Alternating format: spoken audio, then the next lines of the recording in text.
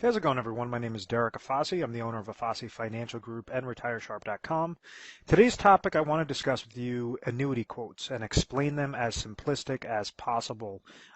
Basically, what's happening is a lot of times an individual receives a quote, an illustration, and they think that that's the greatest thing since sliced bread. They don't truly understand what it means, where you could kind of read between the lines and see the fluffed up projections that insurance companies try to do. So what I want to do is kind of expose some of the things on how to read between the lines and see whether or not something has a contractual guarantee, how good of an actual product it is with a worst case scenario basis to determine, whether or not you should throw any dollar amount in there, let alone your entire life savings, your entire retirement savings into it, because many times, they're explained the wrong way, and then advisors are able to fluff up these projections so that somebody kind of has that, that bait and switch, get hook, line, and sinker into getting set up with a contract. So, because some of the things I'm going to go over is the different types of annuities, really briefly, the biggest problem when receiving quotes, and then this part, I don't mean to offend anybody with any curse words, but read through the BS and find the cash flow. So to get started, types of annuities. Now we understand that annuities are types of products, types of retirement products that are set up through insurance companies. So only insurance companies could offer annuities. You've had other types of annuities in the past that a lot of individuals mistake for the annuities of today. So please be mindful that there were innovations. There are constant innovations from the 1990s, early 2000s, after 2008, after the downward market crash. So they have a whole slew of different things on how they're tweaked properly for an individual situation, and how you could leverage an actual contract or an annuity contract specific to your needs. And all that means is it's set up through an insurance company. Insurance companies are the only ones that could offer annuities, just like a certificate of deposit could only be offered through a bank. Annuity contracts could only be offered through insurance companies.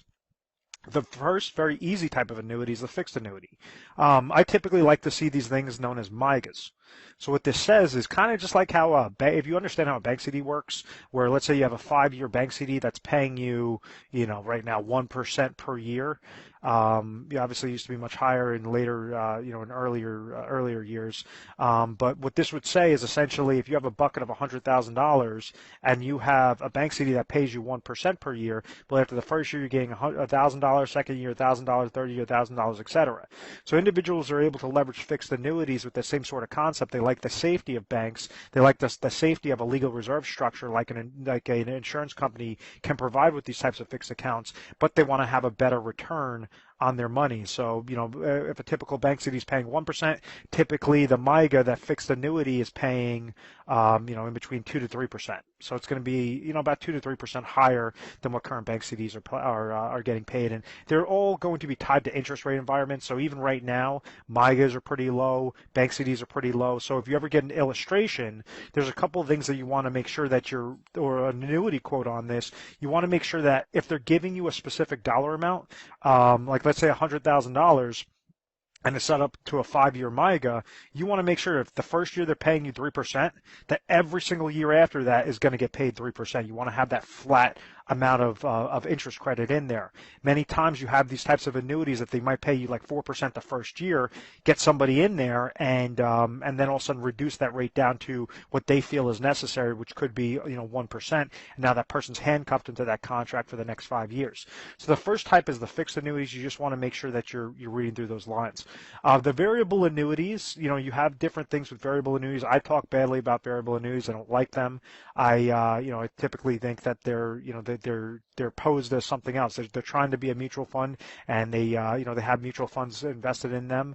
They're trying to be an income product, and just kind of the blend is not a good thing. It's kind of like one of those half boats, half cars.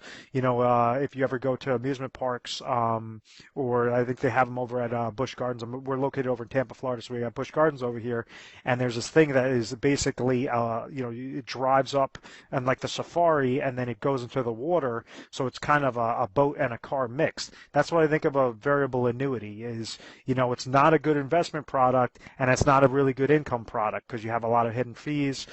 Sometimes it could work out well if you got set up in about 2006, 2005, depending upon what those income riders were that you attached onto that product.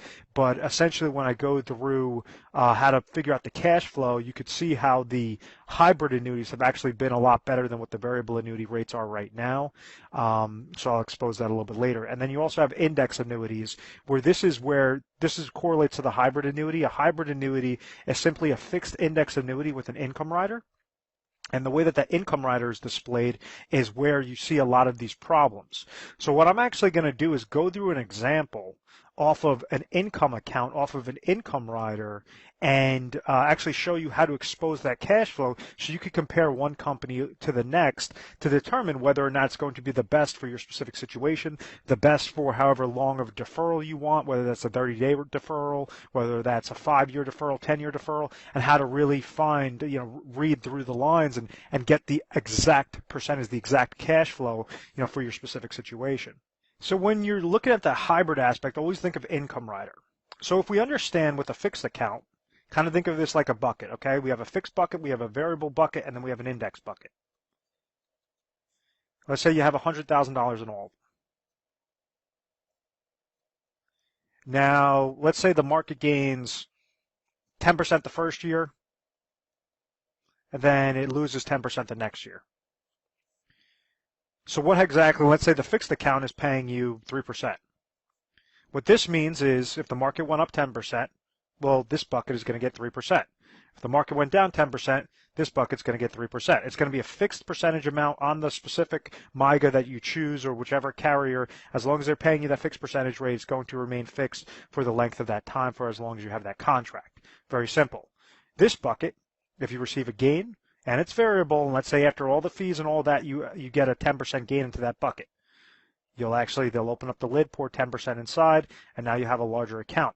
The next year, if you lose 10%, well, now that's obviously going to be a larger loss because it's going to be a 10% downward shift plus any sorts of fees, and this bucket is actually going to be further reduced below the $100,000 mark. You would actually end up losing because 10% of $110,000 after the first year would be $11,000, and then $11,000 would get deducted off of this $110,000, so therefore you're actually going to be left with $99,000. So when you have downward market losses and then you also have a fees associated with variable, understand it's going to go up when the market goes up, go down when the market goes down. The index, let's say if you had something like a 7% cap and the market gained 10%, well, you would gain, kind of think of this bucket with a lid over it, you would gain 7% into that account.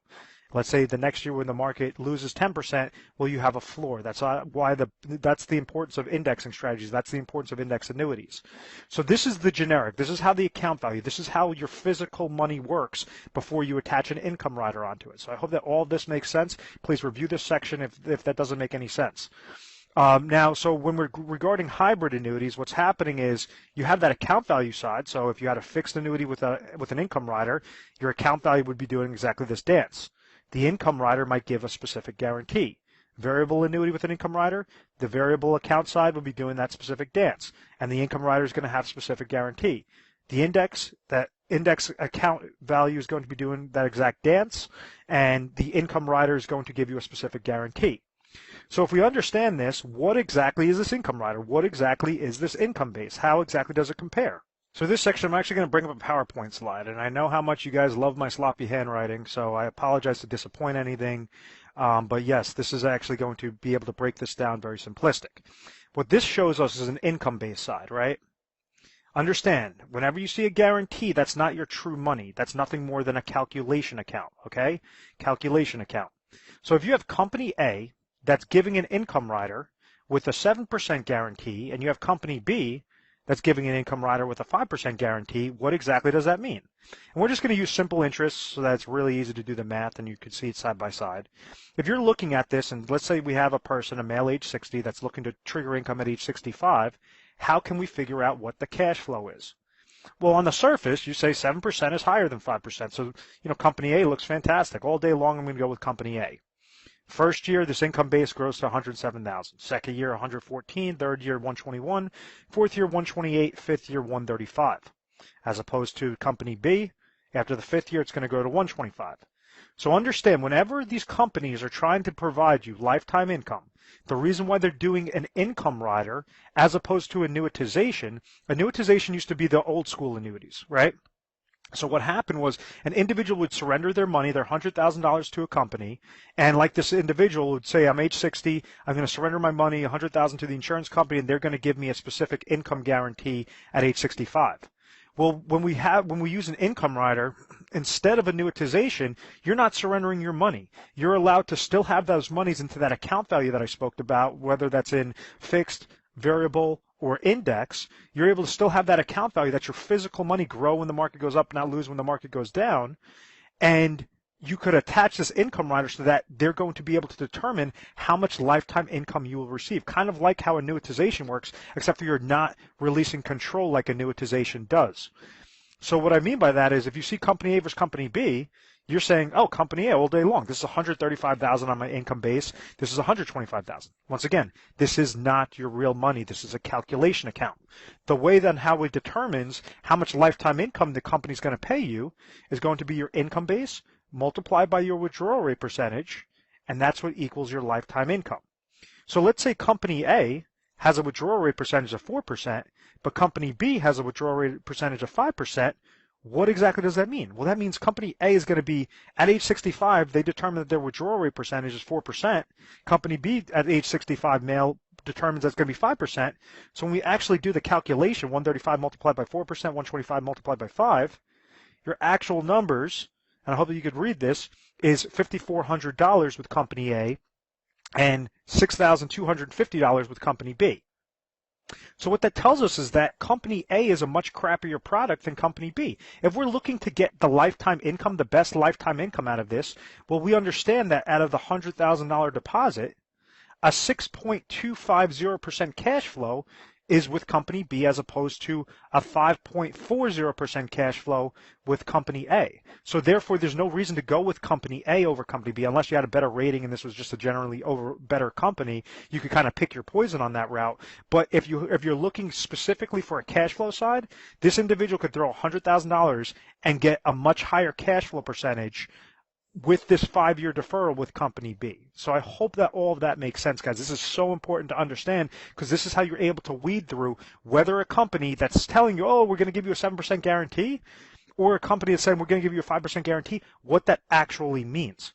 So in this example, let's say if, at this point in time, the $100,000, we understand we have the account value side, we have the income base side. This shows our income base. So maybe at age 65, his $100,000 grew to let's just say it was 110,000. No real good growth, 110,000. And then they decide to pull out, so we understand the income base at age 65 is 125,000. Well, they're going to go off of the income base multiplied by the withdrawal rate percentage, $6,250. So anytime that they're taking a withdrawal of $6,250, it's going to deduct this off of the account value side. So therefore, it's going to be less. So if your account value gains when the market, like an index, like a fixed index annuity with income rider, it's going to gain when the market goes up, not lose when the market goes down. But you're still going to have to, if you have an income rider, most of the times they have an income rider fee, which will be a negative, typically less than 1%. And then also if you're taking a withdrawal, that's going to be a negative as well. So the longer and longer that you're living, well, yes, you have potential for this account value to grow. You're not annuitizing your money, and let's say if this eventually hits $0 because you keep living so long, well, that $6,250 is still going to be coming into your pocket at the end of the day, and that's the importance of the income rider. You're leveraging the contract exactly how it's designed. You're not trying to get this random 7% guarantee or 5% guarantee that does not exist. This is figuring out the true value of the contract, the true cash value of the cash flow of the contract. So I hope that made a lot of sense, guys. It allows you to read through the BS, find the cash flow, figure out the best way. Now, we're an independent agency. Like I mentioned all the time, we're 24/7 customer service. You give us a call mornings, nights, weekends, holidays, whatever the case may be. Someone will always be there to take your call. What we try to do is help you figure out whether you want to have an income need, what your situation is, how you got to your situation, do you have certain flaws with your plan, and what do you want to accomplish? So we leverage a whole slew of carriers. We leverage a lot of annuity contracts, pretty much any contract possible in your area, limited to like Alaska, and there's a couple other states that we don't cover. But, for the most part, we want to make sure that any dollar you're placing into a plan, you're educated properly, you're not getting caught up in the fluff, caught up in those numbers. You could actually you could set up a specific product and a specific strategy in tandem to make sure that you're accomplishing your goals successfully using the smallest amount of dollars and only as much as necessary out of your retirement savings to accomplish your goals. We also have a bunch of free ebooks, so give us a call at any time. We just set up a whole slew of them. I think we have about 7 or 8 new ebooks out there, so give us a call if you want to have if you want to have access to some of those where you could expose the cash flow. We have a whole slew of them, basically how to compare the top annuity contracts, how to expose some of the annuity quotes. We are A+ rated on the Better Business Bureau because we believe in education first. Education, understand exactly what you have, where you want to go, how to get there properly, and we'll walk you through it step by step. And at the end of the day, if you guys just want to have a second opinion, maybe what you're doing is absolutely perfect. But with retirement, what I've learned time and time again with just seeing these retirement disasters is you only have one chance to get things done correctly. What we want to try to do is be the honest advisors, the ethical advisors, give you free education, free content, and if you like what we have to provide you and you want to get set up with certain plans, obviously that's what we're here for. We have affiliations with all the top carriers, all the top products, and we can help you guys out. But I want to thank you very much for watching this video. Please feel free to subscribe to our YouTube channel, Retire Sharp, so you have access to the most updated videos. Thanks so much, guys.